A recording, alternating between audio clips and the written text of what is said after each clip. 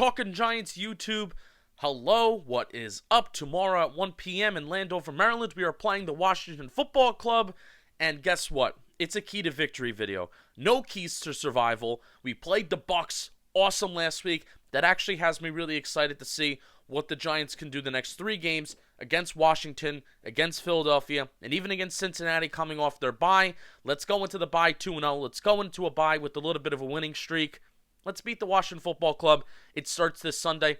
I apologize for the halo that is around me, but let's get to the keys of victory for the New York Football Giants in less than 5 minutes. Number 1, get to the quarterback. Kyle Allen has actually not been bad. He hasn't been too bad as the Washington Football Club starter. His CPOE is completion percentage over expected, which is basically measuring accuracy. It hasn't been too bad, but it's time to throw, in the amount of time that he's spending in the pocket, it's an above average rate. And the Washington line, offensive line, is not very good. Leonard Williams is the Giants' leading sack getter on the team. Believe it or not, he has 4. Kyler Fackrell has 3, and he's been getting increased reps. The last time that Kyler Fackrell played against the Washington Football Club, last time we all played in MetLife Stadium, he forced a fumble, which led to a Tay Crowder touchdown, which was the game-winning touchdown. The Giants are also 13th in the NFL in adjusted sack rate. And if you were to tell me before the season, with kind of the lack of you players that we have at edge rusher, I would be celebrating being 13th and slightly above average in adjusted sack rate.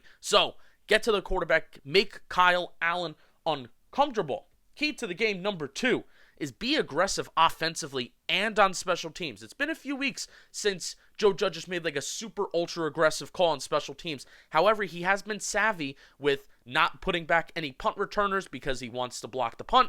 He's made some smart and savvy moves on special teams, which has been pretty cool to see and how his mind is working. But especially against Washington, and you know Ron Rivera, he's going to want to go for the jugular. He's going to want to go for the kill. He's going to be going for it on 4th down. He may be doing some crazy things on special teams. The Giants need to be ready to counter that, play and coach to win the game, not just to not lose. The Giants need to be ready for the super aggressive moves. It almost lost them the game last time. It took a Ron Rivera kind of silly 2-point conversion for them to actually lose the game. But Ron Rivera made some aggressive moves to keep the football club in the game.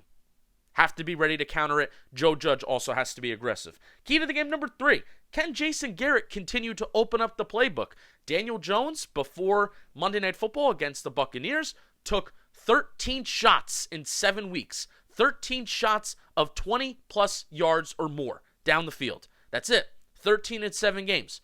However, Monday Night Football, Daniel Jones had 6 passing attempts of 20-plus yards. So, that's something. That's nearly half of the attempts in the first 7 weeks. However, Daniel Jones was pretty inaccurate, only hitting 2 of those 6. And his efficiency and his completion percentage when he was even throwing over 10 yards was not very impressive at all. It was kind of very lackluster. So Jason Garrett, for pretty much one of the first times this year, really opened up the playbook, really allowed Daniel Jones to go downfield, but Daniel Jones was not inaccurate, and that's key number 4.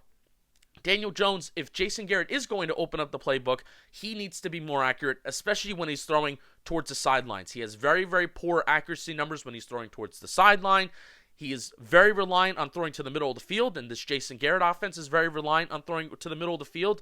So if Jason Garrett can continue to utilize Darius Slayton by the sideline, Evan Ingram by the sideline, that's been a new development. Using Evan Ingram kind of deeper down the field towards the sideline, that's been fun. Can Austin Mack get involved? Because Golden Tate is probably going to be benched, I'm guessing. Golden Tate was lining up as a scout practice player for Friday's practice. There's a chance that he could be losing reps this week. Austin Mack can be getting more. So can the playbook open up even more with Jason Garrett? I would like to see that. And can Jones be accurate and deliver the ball? So key to the game number 5 is who's going to be the one player that we say at the conclusion of this game, they made the difference in the game. We need individual effort.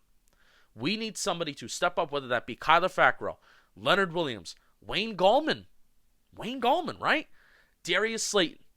Somebody who can be a playmaker and can make an individual effort for this team. Tay Crowder. Tay Crowder was the guy who made that individual effort, picking up, scooping, and scoring that touchdown last time. So who can be that one player that we could say after the game, their individual effort directly led to points, their individual effort directly led to a win. All right, that's it. We are going to win. We're going to have fun. We're going to win the next 3, and we're going to have a great time while we're doing it. So we will see you tomorrow for a podcast. Go Giants. Peace.